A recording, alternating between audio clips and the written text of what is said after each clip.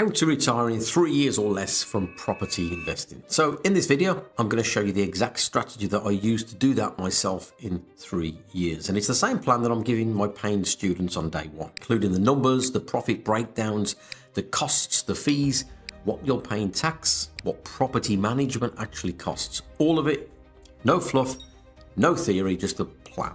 Now, most people think you need 30 properties to retire from property, but you don't. You just need 5 or 6. And in the next 10 minutes, I'm going to show you exactly why and exactly how to get there from wherever you're starting from right now.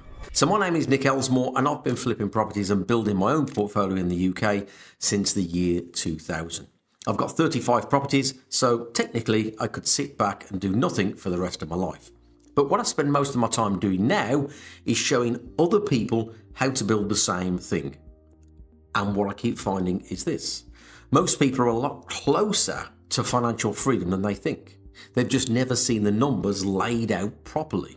So what I'm going to do today is fix that. So here's what most people do when they decide to invest in property. They buy a buy-to-let. They charge £800 a month in rent. They've got a mortgage of maybe £550 and they think, great, I'm making £250 profit a month. Except they're not, because by the time you factor in letting agent fees, maintenance and the odd void month, insurance, and then your tax bill, you might actually net £80 if you're lucky. Maybe £100 to replace a £3,000 monthly income at that rat race. You're going to need about 30 properties. That's not freedom, that's a second job. And the other thing I see all the time is that people who flip one property, they make £40,000, they feel brilliant about it, and then they stop. They sit on the cash. They never actually build the income that they set out to create. The mistake in both cases is the same. They're thinking about strategy in isolation. They're thinking about either flipping or building a portfolio. But what I've learned over 26 years in this is not one or the other, but it's flipping, then building a portfolio. And more specifically, flipping, then buying HMOs. So let me show you why that changes everything. So most people know what a buy-to-let is. One household, one rent, one income. A HMO, a house in multiple occupation, is very different. You're going to rent out the individual rooms, usually to working professionals. Each person pays their own rent. And here's what that looks like in real numbers. So a typical 3-bed buy-to-let in the Midlands. You buy it below value for around £150,000. So after your mortgage and costs, you might net £300 to £500 a month. Whereas a 4 or 5-bed HMO, similar value property, now you're netting £2,000 a month. 3 or 4 times the income from a property with a similar value. So one of my HMOs, a house that I paid £120,000 for, I spent about £100,000 converting it into 7 rooms. That brings in £4,200 a month in rent.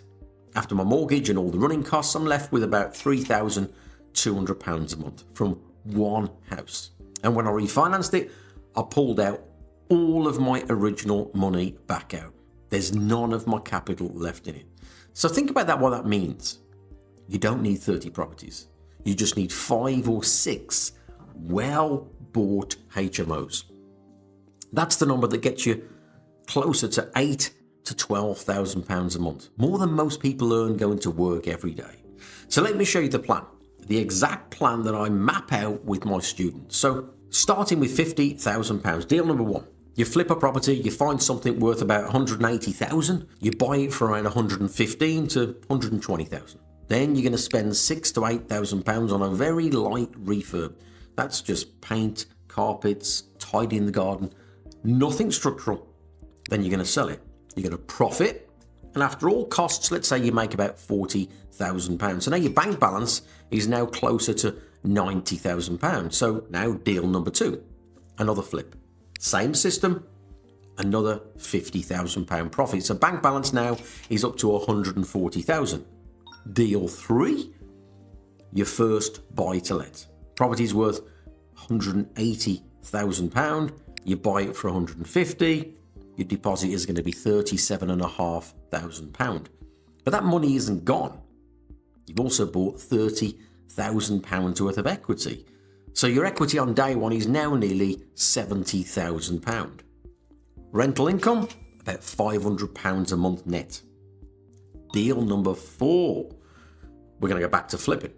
So now another £50,000 profit. Deal 5, your first HMO. And on this, you're going to spend about £60,000 all in. Deposit, conversion, furniture. Monthly income is now going to be around £2,000 a month from one property. But then something interesting happens because you bought your buy-to-let below market value, so now you refinance it. The bank values it at its real value. You pull out your £37,500 back into your account, and you keep repeating the cycle. Flip to build capital, deploy capital into HMOs, then refinance to cycle the money. Then you buy the next one. By deal 10, which is very, very achievable in 3 years, you've got one buy-to-let, 5 HMOs and a portfolio value of around £2 million. You've also got monthly rental income of around £10,500 every single month. And here's something important to understand. Since 1970, UK property prices have increased about 5% per year on average, even including the 2008 crash. We take an average, yeah? So if we assume, let's just say 4%, 5 years later, that portfolio is now worth about £1.4 million. Your rental income is now close to £13,000 a month without doing another deal. Now, I know what some of you are thinking. I don't want to deal with tenants. Well, look, I've got 35 properties. My phone barely rings. One person in my office manages the entire portfolio. That's collecting rent, handling the maintenance, finding the tenants. Doesn't take much at all. So if you've got 5 or 6 properties, you can do it yourself in a few hours a week. Or pay an agent 10%. On £10,000 a month income, that's about £1,000 in fees. You're still collecting £9,000 a month. And another tip that I give my students is find a good local handyman. Give tenants his number. They call him or her for problems. You agree their rate in advance. No emergency call-outs, no inflated fees, just one afternoon setting it up. And then your phone stops ringing. What if the market crashes? Well, we buy property 20 to 50% below market value. That's your safety margin. So if the market drops 15%, you're still profitable. And remember, you're not selling during a crash. You're collecting rent. I've been burned by property gurus. Fair enough. Here's the only thing I'll say. I'm actively flipping properties right now this year. I'm on mentoring calls every week reviewing real deals. The students I mentioned earlier, they're doing this right now. Not 10 years ago, but now. There are no deals near me. That's another common thing I hear. Okay, look, every student says this at the start. In 26 years, I've never had a student follow the system and fail to find a deal. People get divorced everywhere. People, unfortunately, fall into debt everywhere. There's motivated sellers in every town, every street, every postcode. Now, here's the thing. The plan that I've just shown you works. The maths isn't complicated. The strategy isn't a secret. But what makes the difference in doing it with somebody who's done it hundreds of times, somebody who can look over your shoulder, look at your capital, your situation, your timeline, and map out exactly what the next 3 years could look like. And that's what I do. So if you've got £50,000 or more available, that could be in savings, equity, maybe equity in your home or a second home or even a commercial property. Maybe you've got some pension money and you're serious about building a passive income over the next 3 years, come and have a conversation with me. It's free, no pressure, no hard selling. I'll look at where you are now, where you want to get to. I'll map out a plan, show you the numbers, and answer every question that you've got. And if it's a fit and you want to work together, great. If it's not, you'll still walk away with clarity and a plan. So the link is in the description. It's freedomwithnick.com. And if this video was useful, share it with somebody who's been sitting on some capital that's not sure what to do with it. Because A lot of people are much closer to financial freedom than they think. They just need to see the numbers. I'll see you on the next one.